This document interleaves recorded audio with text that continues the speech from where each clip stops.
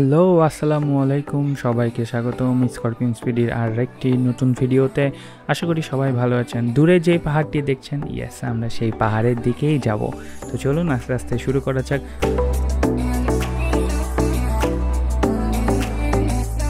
তো পাহাড়ের কাছে যেতে হলে আমাদেরকে প্রথমে ঘাটে যেতে হবে। আর প্রথমেই বলে রাখি, জায়গাটির নাম হচ্ছে সিলেট সাদা পাথর ভোলাগঞ্জে। এই জায়গাটি এতটাই সুন্দর যে আপনি বারবার সেখানে যেতে চাইবেন।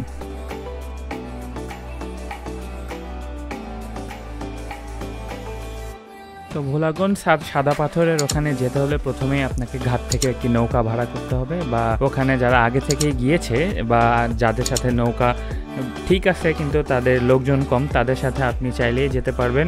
এবং যাওয়ার পথের যে দৃশ্যটা রয়েছে সেটি জাস্ট অকল্পনীয়। আমি জাস্ট ক্যামেরা হাতে করেছি আর বিভিন্ন অ্যাঙ্গেল থেকে বিভিন্নভাবে নেওয়ার চেষ্টা করেছি, আপনারা সেটা দেখতেই পারবেন। সেই সাথে আসলে সবাই এখানে বাচ্চা হয়ে যাবে। নৌকায় বসে পানিতে পা ঝোলানো থেকে শুরু করে প্রকৃতির মাঝে হারিয়ে যাওয়া সব কিছুই আপনি চাইলেও এটি কন্ট্রোল করতে পারবেন না।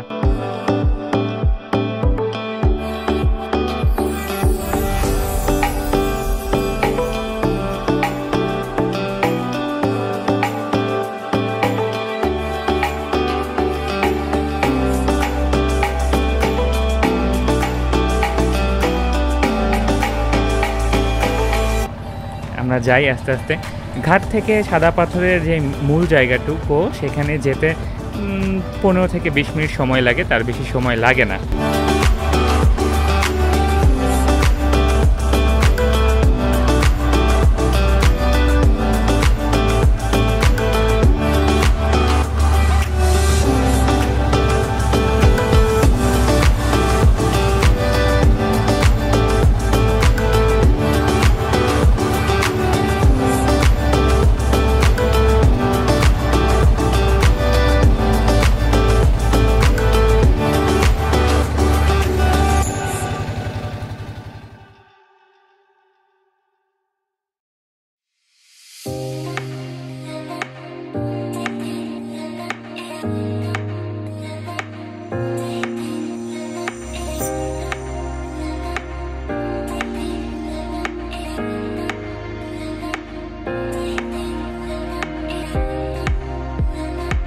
তারপরে আমরা নামি এবং নেমে প্রথমেই দেখতে পাই যে ওখানে সি বিচের মতো প্রচণ্ড বালু এবং পা একদম আটকে যায় এরকম। আর একটি ছোট্ট টিপস দিয়ে রাখি, সেটি হচ্ছে যে সাদা পাথরে বা পাথরের ওপরে যারা কখনো যান নাই, এর আগে এক্সপিরিয়েন্স হয় নাই, তারা কাইন্ডলি প্লিজ স্যান্ডেল পরেই যাবেন। এবং অনেকে বলবেন যে স্যান্ডেল পরে যেতে বলছেন, পানিতে নষ্ট হয়ে যাবে। তাহলে আপনারা একটা কাজ করে নিতে পারেন, সেটি হচ্ছে স্পোর্টস যে স্যান্ডেলগুলো থাকে সেই স্যান্ডেলগুলোতে পানিতে নষ্ট হয় না, তো সেটি পরে গেলে আপনাদের কোনো অসুবিধা হবে না। আদারওয়াইজ পানিতে নামলে পাথরের কারণে পায়ের পাতাতে প্রচণ্ড ব্যথা হয়, প্রচণ্ড। আপনারা মনে হবে যে পা রীতিমতো কেটে যাচ্ছে এরকম। আদারওয়াইজ কোনো প্রবলেম নেই। আর যদি আপনাদের অভ্যাস থেকে থাকে আগে থেকেই, তাহলে তো কোনো কথাই নাই। তাহলে জাস্ট ওখানে যাবেন আর সরাসরি পানিতে নেমে পড়বেন। আর আরেকটি কথা বলে রাখি, আপনারা যদি এখানে যেতে চান তাহলে প্লিজ 10টা-11টার দিকে রওনা দিয়ে দিবেন, কারণ ওখানে আপনি আসলে আসতে চাইবেন না। তো বেশি সময় নিয়ে সব কিছু দেখার, এনজয় করার, ভেজা থেকে শুরু করে সব কিছু এনজয় করার জন্যই আমি এই কথাটা বললাম।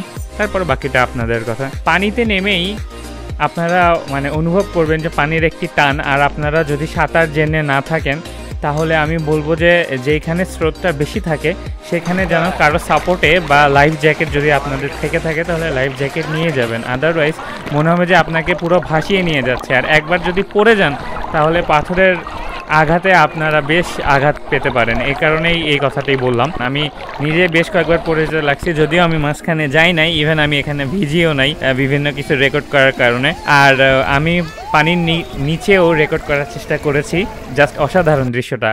আর আপনাদেরকে আরেকটি ছোট্ট টিপস দিয়ে রাখি, আমি পানিতে ফোন নিয়েছি জন্য যে আপনাদেরও নিতে হবে তা না। আর যদি নিতে চানও তাহলে যেই প্যাকেটগুলো থাকে আদার্স ফোন পানিতে নেওয়ার জন্য, সেইটাতে করেই নেবেন।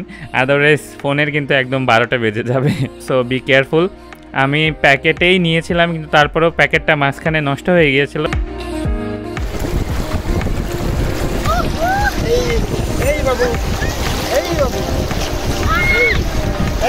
থাকো একাই খেলবো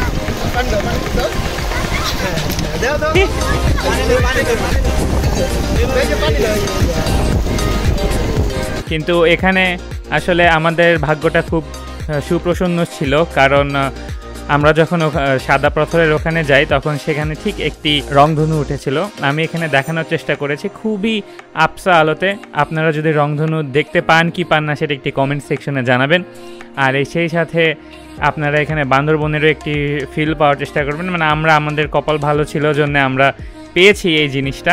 দেখা যাক আপনাদের ভালো লাগে কিনা, কমেন্ট সেকশনে অবশ্যই জানাবেন। তারপরে ঠিক গোধূলি লগ্নে আমরা নৌকায় করে আবার ফিরে আসি এবং সেখানকার দৃশ্য দেখে প্রায় আমরা আনমনা হয়ে গিয়েছিলাম এবং আসলেই কখনো ভোলার মতো নাই জায়গাটি, এবং কখনো যদি সুযোগ হয় আমি আবার যাব এখানে। আমরাও সেই আশায় থাকি এবং পরবর্তীতে আমরা কোথায় যাই সিলেটে সেখানে দেখতে থাকি।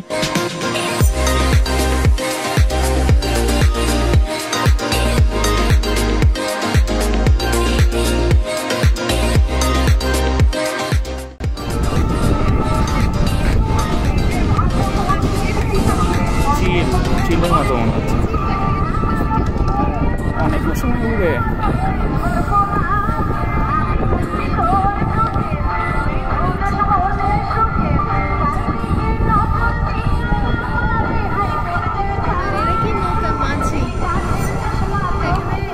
তো এই হলো আমাদের সেই সকালের হোটেলের সেই টেবিল যেখানে বৈঠক হয় যে আমাদের সিলেট ঘুরে মন ভরে নাই, আমাদেরকে আরও কোথাও যেতে হবে।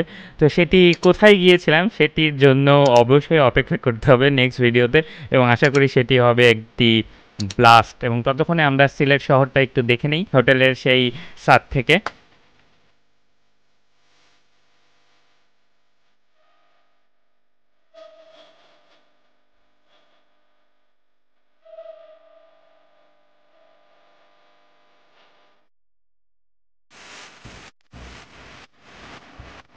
তারপরে আমরা সেদিন চলে যাই সিলেটের অন্যতম আকর্ষণ বিছনাকান্দি, এবং যাওয়ার পথে আমরা শাহজালাল বিজ্ঞান ও প্রযুক্তি বিশ্ববিদ্যালয়ে একটু অপেক্ষা করি এবং তারপরে চলে যাই বিছনাকান্দিতে যাওয়ার জন্য যেই ঘাট। হ্যাঁ, এখানেও সেই ঘাট থেকে নৌকা নিয়েই যেতে হবে।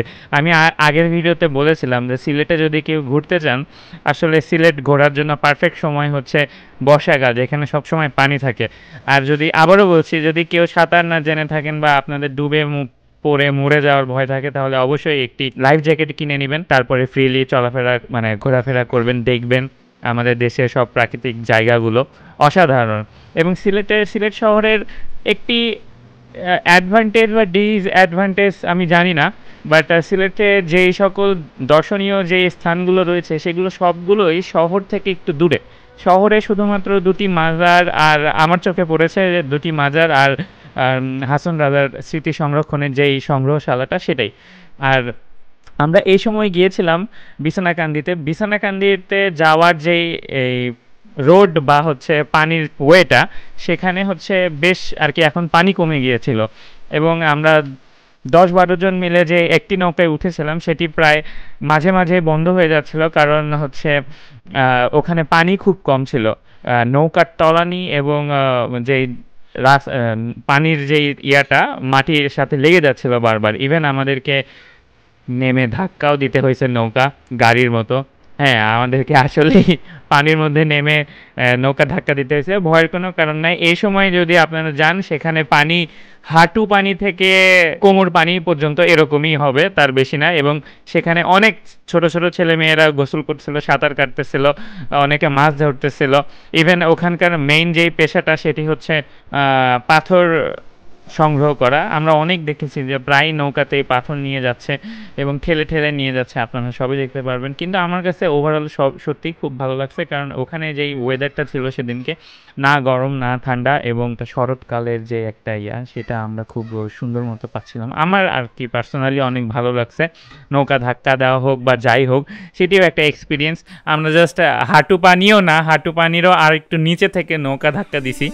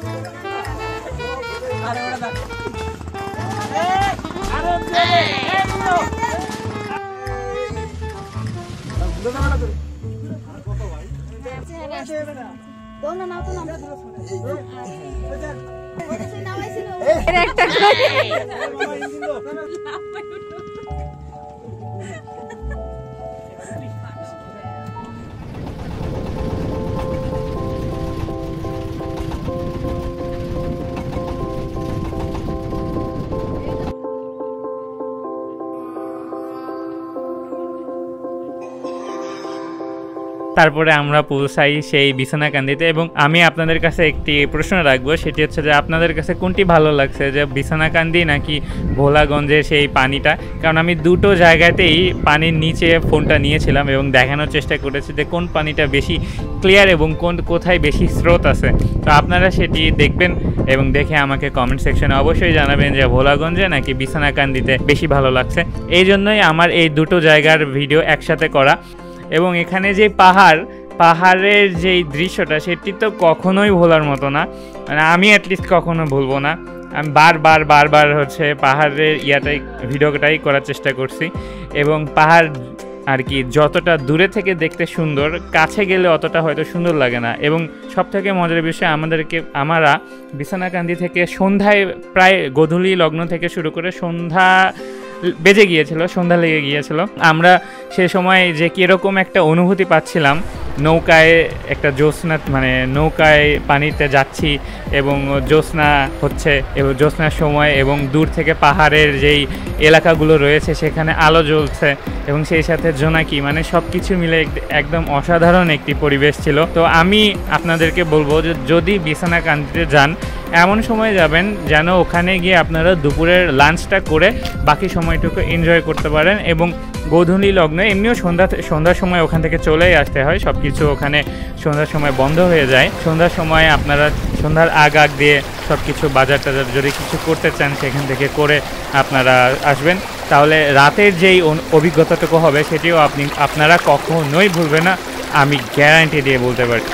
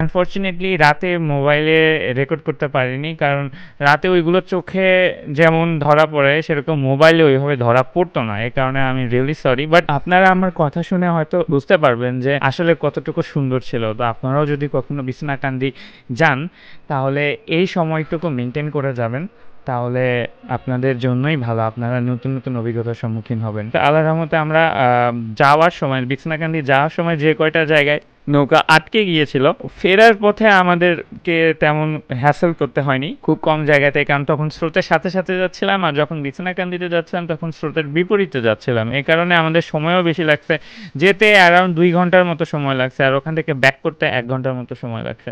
তো আপনারা এই বিষয়টাও মাথায় রাখবেন, সময়ের ব্যাপারটা। আসলে বিছানাকান্দি এবং ভোলাগঞ্জ দুটো জায়গায় যদি আপনারা ঘুরতে এবং পুরোপুরিভাবে উপভোগ করতে চান, তাহলে আমার মনে হয় একটি সারাদিনের একটি ব্যাপার আর কি, সারাদিন ধরেই উপভোগ করা উচিত। আর আমরা দুটো জায়গায় প্রায় অর্ধেক বেলা চলে গিয়েছে তখন গিয়েছিলাম, তো আমরা আর কি পুরোপুরি না দেখলেও প্রায় 80 থেকে 90% জায়গাটুকুই দেখেছি। আমার কাছে তো খুবই, কেন গত টুডেও তো বলেছিলে, আজকে কেন বলবো না? গত টুডে বলছিলি যে হচ্ছে এটা অনেক সুন্দর, আমরা পাহাড়ে যাব, তো পাহাড় তো আসছে, চল আমরাও যাই।